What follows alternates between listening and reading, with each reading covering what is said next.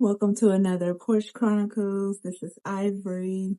So it's been a while. I was doing weekly Porch Chronicles. I started to reflect on that and I said it's better to do a monthly Porch Chronicles.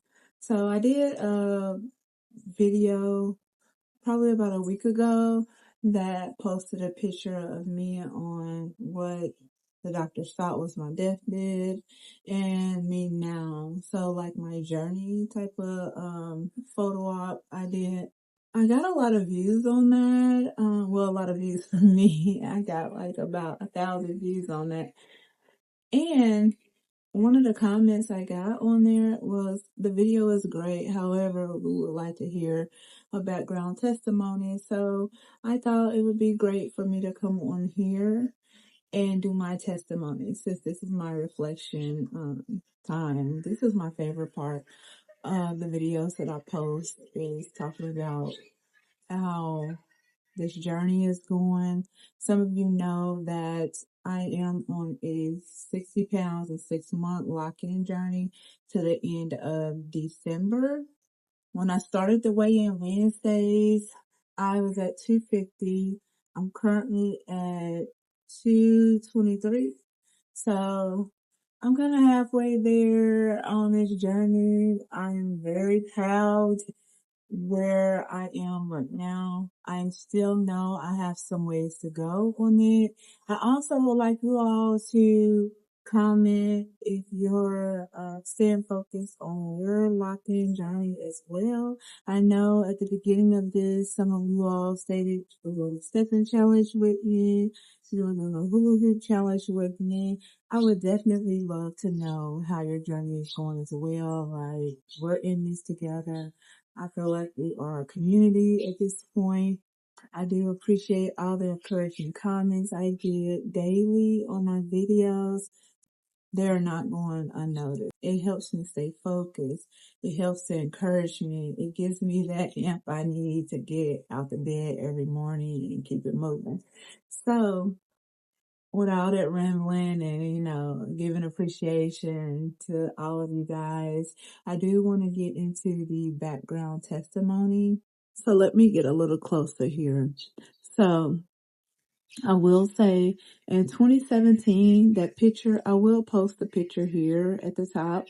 In 2017, I had took a trip with my sister. We went to Miami, had a good time. When I came back and I was feeling weird, it got to the point where I couldn't even walk to the bathroom. So my aunt, she was like, yeah, that seems like it might be a lung issue. She said, get to the doctor immediately. Something in my mind said, oh, I'll be okay. It's probably a little bug or whatever. And I talked to my mom and she was telling me that my grandmother had that same issue and she had pulmonary embolisms. Well, in our family, we call it P, blood clots. I have a problem pronouncing the proper wording for it, but anyway, had blood clots in her lungs and she had some of those same symptoms that I was describing. So my mind just was like, listen to them, don't be stubborn. So I went to the hospital. They immediately rushed me back into the ICU and let me know that I had blood clots in both lungs. They were filled to capacity. They did not let me get out of my clothes, nothing. They just was like cutting things off of me. And one of the doctors said, I don't even know how you walked into this hospital here today. So they immediately took me to no, let me go back. The doctor that was supposed to do the surgery, who came in and visited me, and I am so thankful for him that he put his pride to the side and knew that it was too much of a difficult job for him to complete, and he did not feel confident in doing it. So he did call one of his partners in to assist with the surgery, and I pray every day for that man that he is not like some doctors that have so much of a boost about themselves that they will attempt to do the task even though it's too much for them to handle. So again, he called in a team member to assist with the task, and they rushed me off into the emergency room. I had to stay after the surgery. I think the surgery, they said, took about probably 3 to 4 hours, but it typically would only take 2.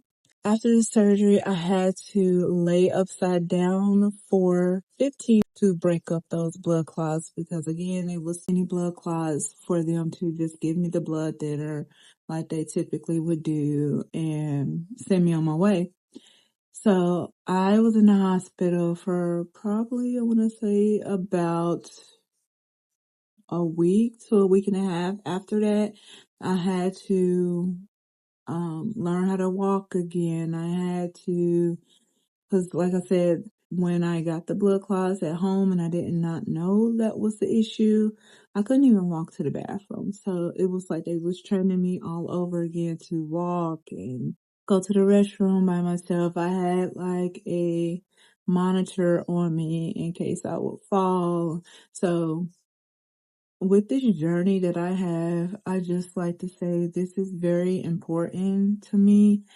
And this takes a lot for me to talk about when I'm trying to get over those obstacles of fear of talking about my past. You all, I don't know if you know, but you all encouraging me every day helps me talk about these things, help me know that these things are in fact in the past. I have one more thing I need to get over, and that is getting off of the blood thinners. I have videos posted that I'll post here up at the top that I would love for you to check, where it's talking about me reversing diabetes. That was another obstacle I had to overcome, and I have reversed that one. But this one here, I have not reversed. So this is the one thing that I still have left to get off of me. Far as health issues, I still have the weight, of course, but this is most important thing is getting this, P blood clots out completely with, and by me, I don't have them in my lungs anymore, but they said I would take this blood thinner for the rest of my life. And I want to prove them wrong. Like, I really have a goal of getting off of these blood thinners by the end of this year. So by December 31st, 2025, mark my words, I want to be off this blood thinner. I do have a follow-up appointment coming here, let's see, next week. I don't know the exact date, but I do have one coming up next week. Well, I will go to my hematologist. So I might, I don't know how they feel about, they might not let me record in there. So I might just have to show the results thereafter, because there is a lot of patients in the facility that have cancer and blood issues and things like that. So I don't think I want to, no, I'm not going to do that. So, just scratch that. I will just show the results. If they did remove me off of the blood thinners, I will request for them to, give me some type of notice that I can show on paper that I can probably post in my next video, because that is something that I really, truly want to do, is get off of these blood thinners. Even though I don't have the blood clots anymore, I still have the coldness from the blood thinner. If somebody touch me, I might bruise. They can't touch me too, like no one can like grab me like this. I'll still bruise, and I just feel like I'm always cold, things like that. So I just want to, and even drinking cold water, it's like when it goes down, I feel every nicky cranny of that. So I just really want to get off this blood thinner. So I'll keep you all updated on that. So there were so many stipulations when I got the blood clots. When I got the surgery to remove the blood clots, I could no longer get on a motorcycle. I could no longer ride a bike, just a regular bike. I could not do anything that could cause me to fall or get injured where That really caused me to gain a lot of weight because I was so restricted on the things I could do. I typically would just lay in the bed. I started just laying in the bed, eating, watching movies, just doing activities that just required me to sit in the bed. So at that point, before that, I had been on a weight loss journey where I was going to the gym and I had lost like 100 pounds. That's where I was a hot girl, went to Miami to have fun and came back and, had those blood clots. I don't really know if it came from being on the plane or for the first time, or I don't know what the issue. We never found out what it came from. But anyway, afterwards, I was confined to my bed. I did not do anything but sit there and just kind of do what the doctor said, lay there, rest, try to recuperate. But after a while, my bones started getting weak and seemed like I was getting worse. Even though the blood clots, when they checked me every 6 months, they were no longer there. I was getting weak. Sometimes I had to walk around with a cane. Like, it was bad. And the weight just started packing on more and more. Like, I got all the way up to knocking on 400's door. Like, like I said, I was 389. And that was the last time I had weighed. So I could possibly have been up to about 400 pounds or more. Because I just stopped getting on the scale. Honestly, I just didn't want to know. So that's why I say this is very important to me, and I like to share this information. My challenges, like right now, I'm doing a walking challenge that still has about 2 weeks remaining. So I would love for you all to join. Like, you do not have to have a treadmill. You don't have to have anything like that. Just walk on the sidewalk. Just walk in place if you have to. If you work from home, walk in place. Like, we don't have to run. We don't have to jog. Just walk. Just take one step at a time. I want everyone to get moving because some of the things I've been through, I don't want anyone else to experience those things. So that's why this is so important to me, to share my experience, to try to get others not to go through the same things that I went through. So that's why I share some of my videos where I go into the grocery store and show you options that you can do, small tweaks. Like I said, I'm not a professional. I'm not a trainer or any of that. I just show you some of the things that has helped me change the way that I eat, change the way that I feel inside.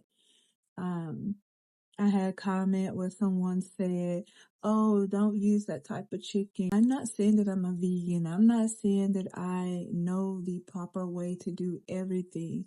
I just know that some of the options that I'm using, these small tweaks where you can still have the good things that you like, you can still, don't just restrict yourself, because if you restrict yourself on everything, then you will, about 90% of the people out here that are normal people, everyday people, will fail. They will do good for about probably 6 months max, and then they're going to double that weight back on. So the way that I want to show you is where I can still have a feeling. I'm going to do it in a healthy way. And I think I'm going to post that video here probably next week, where I show you a healthier version of how to do a Philly cheesesteak. I don't know if I've already posted it. I don't think I have. So I'm going to post that one. I also have where you can do your pasta, like spaghetti, all that, but use chickpeas. Implement a lot of veggies into it, like instead of all that meat and grease and stuff like that. implement vegetables. It still give that bulky feeling and it tricks your mind. Make your sauce from scratch. Like, you know what's in your ingredients. Like, it's just things that you can do. It might take a little more prepping. That's a key thing that helps me now is prepping. Like, before I go out of the house, I prep so I don't get fast food and things like that. So I know I'm going on a rant about different things, but I'm just saying these are things that helped me in this journey that I'm continuing on. Like I said, I have about 33 more pounds to go. I'm going to continue this journey. I'm going to do the challenges. I'm going to do the swaps. I'm going to do the prepping of food before I leave out the house. I'm going to have my bag packed so I won't stop at a McDonald's or, you know, any of those different types of restaurants. I really want to change for the better, change my lifestyle, not just change for a diet or a fad. I need to do this for longevity. So I want you all to be the same in your journey. Don't do this just to, oh, I want to fit in this dress or, something like that. And speaking of that, I got rid of so many items of clothing. I think I might have to do another one here in, say, November, as I have a lot of clothes that I could fit after my last, giveaway of clothing. This one I might have to video this giveaway because I have so many clothes in my closet that I cannot fit, or they're hanging off my shoulder, or I mean, it's a good thing, but financially it's not because I have to get some more clothes. So, yeah, I just want everyone to, stick on this journey with me, and your body will thank you. Like, doing my juicing and things like that. I don't know. I just can't explain it. I just see a glow about myself that is some of my before and after pictures. I didn't have that. I was dimmed out. Even my skin, even though I still have, skin issues because I had them for decades from eating the bad things, I still can see a brightness about myself. So I don't know. I love it.